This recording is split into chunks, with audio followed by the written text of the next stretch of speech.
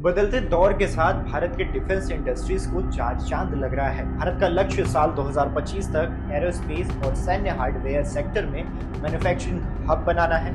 लेकिन इसी बीच चौंकाने वाले खुलासे हुए हैं। एक तरफ जहां भारत अपने डिफेंस इंडस्ट्रीज पर विकास की नींव बना रहा है, तो दूसरी तरफ भारतीय हथियार गलत हाथों में भी जा रहे हैं। लिहाजा भारत सरकार इन घातक हथियारों को गलत हाथों में जाने से रोकने के लिए अपनी पकड़ मजबूत कर रही है।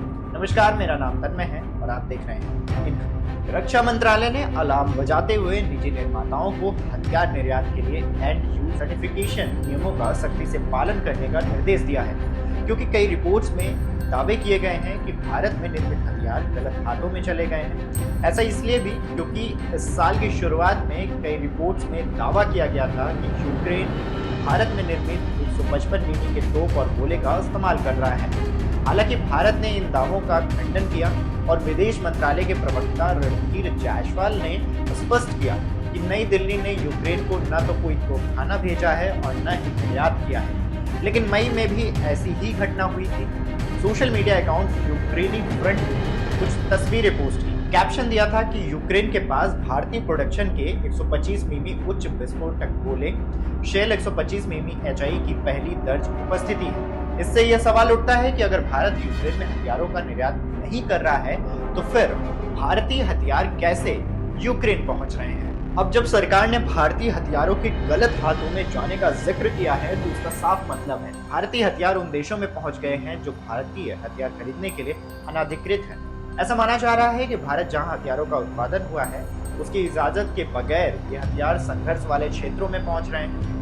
यूरेशियन टाइम्स की एक रिपोर्ट में कर्नल अभय बालकृष्ण पटवर्धन ने कहा है कि निर्यात पर नियंत्रण सख्त करने का प्राथमिक उद्देश्य भारत निर्मित हथियारों को इंटरपोल और भारत सरकार द्वारा प्रतिबंधित आतंकवादी संगठनों या भारत सरकार द्वारा अनुमोदित नहीं किसी संस्था के हाथों में पकड़ने से रोकना है। इससे पहले सरकारी स्वामित्व वाली आयुध फैक्ट्रियां हथियारों और गोला बारूद के नियंत्रित निर्माण के लिए जिम्मेदार थी, लेकिन निजी क्षेत्रों के हथियारों और गोला बारूद निर्यात करने की अनुमति दिए जाने के बाद गोला बारूद किन हाथों में जा रहे हैं, तो कंट्रोल कुछ हद तक कम हो गया है। वहीं सूत्रों की माने तो जो गोला बारूद पुराने हो जाते हैं या फिर चलने से बाहर हो जाते हैं, उन्हें खपाने के लिए भी प्रक्रिया का पालन किया जाता है। जैसे करीब 8000 से 10,000 राइफलें हर साल अप्रचलित हो जाती हैं, और ऐसे में इस बात की आशंका बन जाती है कि ग्रे मार्केट के जरिए यह हथियार अनाधिकृत देशों तक पहुंच सकता है। नतीजन कर्नल पटवर्धन ने कहा है कि हथियारों की रिवर्स इंजीनियरिंग की संभावना को नकारा नहीं जा सकता है। भारतीय रक्षा मंत्रालय का लक्ष्य साल 2025 तक एरोस्पेस और रक्षा निर्माण में 1.75 ट्रिलियन यानी 22 अरब डॉलर का कारोबार हासिल करना है, जिसमें निर्यात 35,000 करोड़ रुपए यानी 4.3 अरब डॉलर का लक्ष्य हासिल करने का लक्ष्य रखा गया है। पिछले वित्त वर्ष यानी 2023 और 24 में निर्यात 30,000 करोड़ के आसपास पहुंच गया था, जिसमें निजी क्षेत्र का मुख्य योगदान रहा है।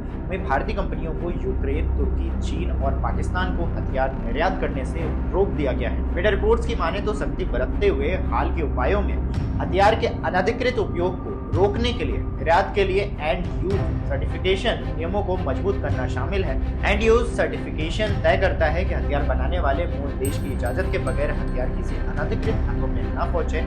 इसके अलावा निर्यात नियंत्रण के अलावा रक्षा मंत्रालय हथियारों के आयात की निगरानी को भी कड़ा कर रहा है। चूंकि भारतीय हथियारों की यूक्रेन पहुंचने की रिपोर्ट है, लिहाजा इससे भारत का जिगरी रूस के खिलाफ इस्तेमाल हो रहा है। अगर इस पर कंट्रोल नहीं हुआ तो ये भारत और रूस की दोस्ती के लिए भी खराब स्थिति बनाएगा। भारत में सक्षम भारत पहल शुरू की है, जिसका मकसद यह है कि पहले आयात किए जाने वाले पुर्जे या हथियार अब घरेलू स्तर पर निर्मित किए जाएंगे। सरकार ने निजी खिलाड़ियों और स्टार्टअप्स को हथियारों और गोला बारूद के उत्पादन के लिए आवश्यक मशीनरी और कच्चे माल के आयात की अनुमति दी है, और इसे रेगुलेट करने के लिए रक्षा मंत्रालय अब रक्षा कंपनियों द्वारा आयात के पैटर्न की निगरानी के लिए एक आंतरिक पोर्टल स्थापित करने की योजना भी बना रहा है। खैर, भारत द्वारा देश में निर्मित इन हथियारों के गलत इस्तेमाल के मामले पर आपकी क्या राय है? हमें कमेंट करके जरूर बताएं।